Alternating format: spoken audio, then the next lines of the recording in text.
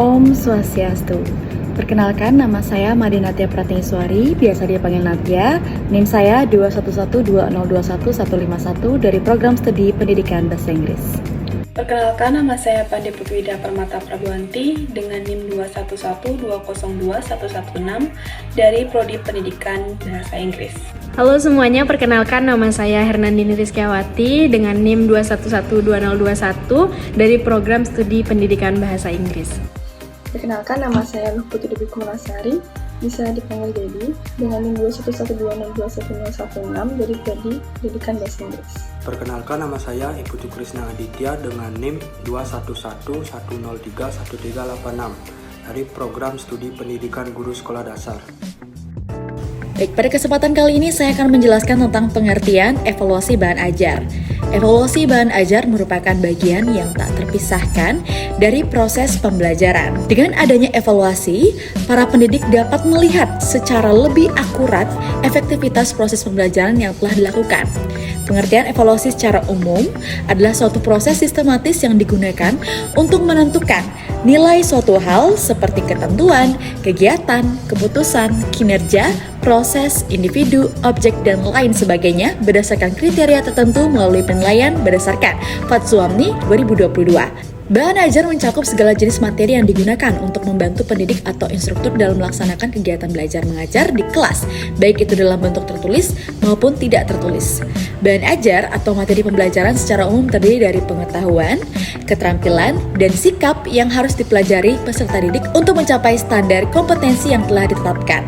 Jenis materi pembelajaran secara rinci mencakup pengetahuan atau fakta, konsep, prinsip, prosedur, keterampilan, dan sikap atau nilai. Contoh dari bahan ajar juga meliputi buku pelajaran, modul, lembar kerja siswa, materi audio, dan materi interaktif lainnya menurut Rahmanita 2020. Evaluasi bahan ajar merupakan langkah yang penting untuk mendapatkan umpan balik dari berbagai pihak terkait terhadap bahan ajar yang akan dikembangkan. Umpan balik ini menjadi masukan berharga dalam meningkatkan kualitas bahan ajar tersebut. Oleh karena itu, evaluasi bahan ajar sangatlah penting dalam memastikan bahwa konsep bahan ajar terpenuhi dengan baik. Baik, di sini saya akan melanjutkan presentasi dari teman saya, yang mana di sini saya akan membawakan tentang jenis evaluasi bahan ajar. Baik, evaluasi bahan ajar itu sendiri ada dua, yaitu penilaian formatif dan juga sumatif. Nah, penilaian formatif adalah aktivitas guru dan siswa yang dimaksudkan untuk memantau kemajuan belajar siswa selama proses pembelajaran. Penilaian ini akan memberikan umpan balik bagi penyempurnaan program pembelajaran. Nah, mengetahui dan mengurangi kesalahan yang memerlukan perbaikan juga salah satu umpan balik dari penilaian formatif ini. Penilaian formatif dapat juga digunakan sebagai alat untuk menyempurnakan bahan ajar yang akan disajikan. Dalam hal ini, penilaian formatif juga disebut sebagai evaluasi formatif. Evaluasi formatif merupakan teknik yang bertujuan untuk memvalidasi maksud atau tujuan pengajaran dan juga untuk memperbaiki standar pengajaran. Ini dicari melalui identifikasi dan kemudian dilakukan perbaikan masalah dalam proses pembelajaran dengan tujuan penyempurnaan bahan ajar yang akan disampaikan. Nah, penilaian yang kedua adalah penilaian sumatif. Penilaian sumatif adalah suatu aktivitas penilaian yang menghasilkan nilai atau angka yang kemudian digunakan sebagai keputusan pada kinerja siswa. Nah, kegiatan penilaian ini dilakukan jika satuan pengalaman pelajaran atau satuan pengalaman belajar atau seluruh materi pelajaran telah selesai. Nah, penilaian sumatif digunakan untuk menentukan klasifikasi penghargaan pada akhir kursus atau program atau pembelajaran. Evaluasi sumatif atau penilaian sumatif ini dirancang untuk merekam pencapaian keseluruhan nilai siswa secara sistematis.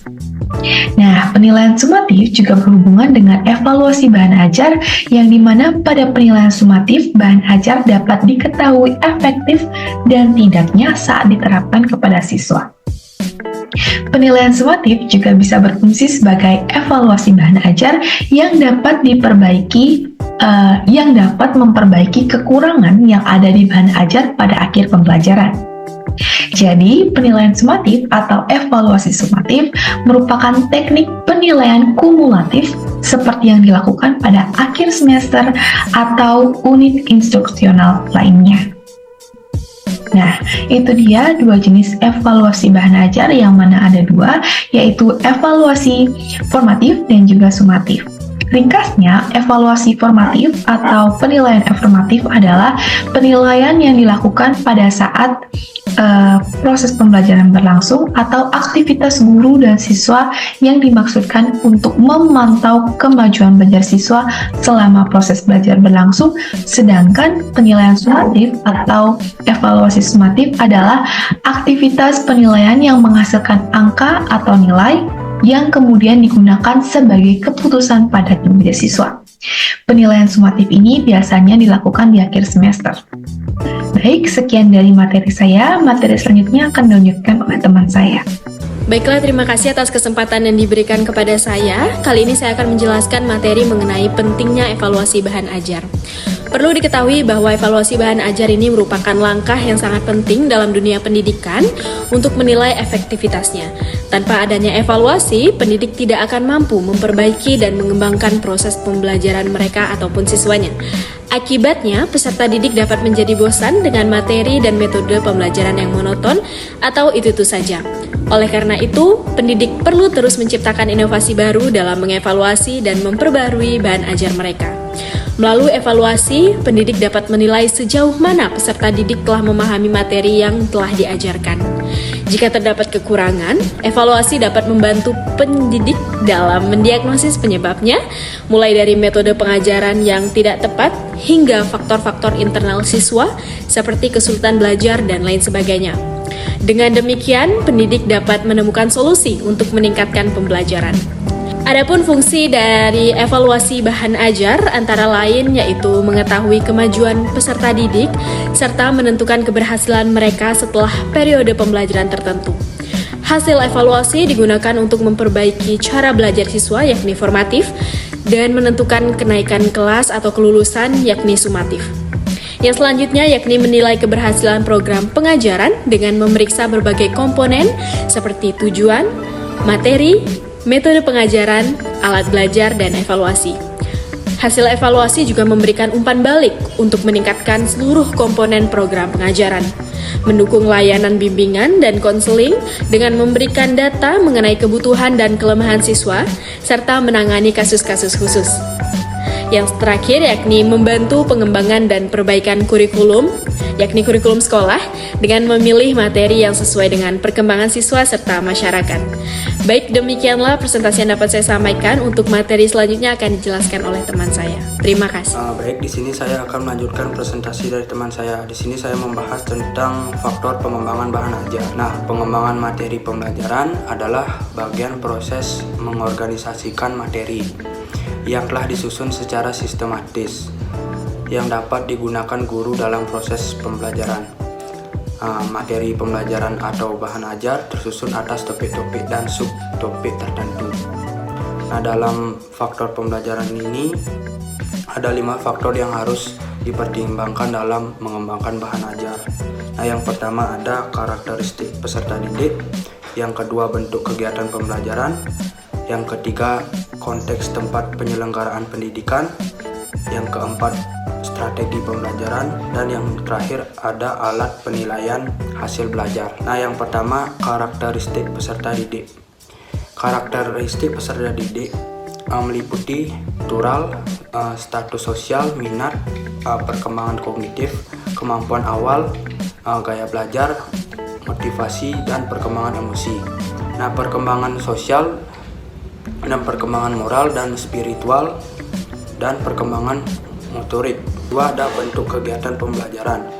Bentuk kegiatan pembelajaran ini mengajarkan latihan soal, latihan nonton video pembelajaran, membuat resume, diskusi, eksperimen, studi kasus, belajar dengan games, dan melakukan studi kasus. Yang ketiga, konteks tempat penyelenggaraan pendidikan. Ada yang pertama membuat silabus, menulis bahan ajar dengan mengikuti strategi. Yang keempat ada strategi pembelajaran. Strategi pembelajaran adalah cara-cara yang dipilih untuk menyampaikan materi pembelajaran dalam lingkungan pengajaran tertentu. Yang terakhir ada alat penilaian hasil belajar. Alat penilaian hasil belajar adalah instrumen atau metode yang sistematis dan terstandar yang digunakan untuk mengevaluasi dan mengukur atribut atau keterampilan kompetisi siswa. Baik, saya akan menjelaskan komponen bahan ajar. Sebelum itu, mari kita ulas kembali. Evaluasi bahan ajar merupakan suatu aktivitas pengumpulan data atau informasi yang bertujuan untuk menilai apakah bahan ajar yang digunakan oleh guru berhasil atau tidak dalam mencapai tujuannya. Nah, dalam proses evaluasi tersebut terdapat berbagai macam faktor atau elemen yang perlu dievaluasi untuk mengukur seberapa efektifnya bahan ajar tersebut dalam mendukung pembelajaran yang dilakukan oleh pelajar. Yang pertama, kecermatan isi. Ini mengacu pada tingkat akurasi atau kebenaran substansi secara akademis, serta kesesuaian substansi dengan nilai-nilai yang dipegang oleh sesuatu masyarakat atau bangsa. Isi bahan ajar pun harus sesuai dengan konsep dan teori yang berlaku dalam bidang ilmu yang bersangkutan. Dan yang kedua, ketepatan cakupan isi. Ini merujuk pada seberapa luas dan mendalamnya materi yang disebutkan, serta sejauh mana konsep-konsep tersebut terpadu dengan baik sesuai dengan ruang lingkup ilmu yang dibahas dan tujuan pembelajarannya. Selain itu, format yang terstruktur dan konsisten, serta penjelasan tentang relevansi dan manfaat bahan ajar bagi peserta didik juga menjadi bagian dari aspek ini. Yang ketiga, penggunaan bahasa. Ini merupakan faktor penting yang melibatkan beberapa aspek, termasuk pemilihan beragam bahasa yang sesuai, pemilihan kata yang tepat, penggunaan kalimat yang efektif, serta penyusunan paragraf yang memiliki makna. Yang keempat, perwajahan. Perwajahan bahan ajar melibatkan beberapa elemen, di antaranya narasi atau teks yang tidak terlalu padat, dengan menyisakan ruang kosong untuk memfasilitasi peserta didik dalam membuat catatan. Alat bantu juga diperkenalkan untuk memungkinkan peserta didik belajar secara mandiri yang dapat ditempatkan di bagian pendahuluan setiap topik atau bagian akhir materi. Yang kelima, ilustrasi. Pemanfaatan ilustrasi dalam bahan ajar bertujuan untuk meningkatkan daya tarik, motivasi, serta keterbacaan pesan yang disampaikan kepada peserta didik. Jenis ilustrasi yang dapat digunakan meliputi tabel, diagram, grafik, kartun, foto, sketsa, simbol, dan skema, sesuai dengan kebutuhan dan konteks pembelajaran. Dan yang terakhir, kelengkapan komponen. Tentang kelengkapan komponen bahan ajar, penting untuk memastikan bahwa semua elemen yang diperlukan tersedia. Hal ini mencakup seperti bahan materi, latihan, umpan balik, dan penguatan. Nah, dengan mempertimbangkan keenam faktor tersebut, evaluasi bahan ajar dapat dilakukan dengan memeriksa komponen kelayakan isi, komponen kebahasaan, komponen penyajian, dan komponen kegrafikan. Di mana komponen kelayakan isi ini berisi kesesuaian dengan standar kompetensi, pengembangan siswa, kebutuhan pembelajaran, kebenaran substansi materi, manfaat wawasan, dan kesesuaian dengan nilai-nilai moral dan sosial. Yang kedua, komponen kebahasaan ini termasuk keterbacaan, kejelasan informasi, kaidah bahasa Indonesia yang benar, dan pemanfaatan bahasa yang efektif dan efisien. Lalu ada komponen penyajian, ini berisi kejelasan tujuan, urutan sajian, motivasi, interaksi, dan kelengkapan informasi. Dan yang terakhir, komponen kegrafikan, itu berisi penggunaan font, tata letak, ilustrasi, gambar, foto, dan desain tampilan.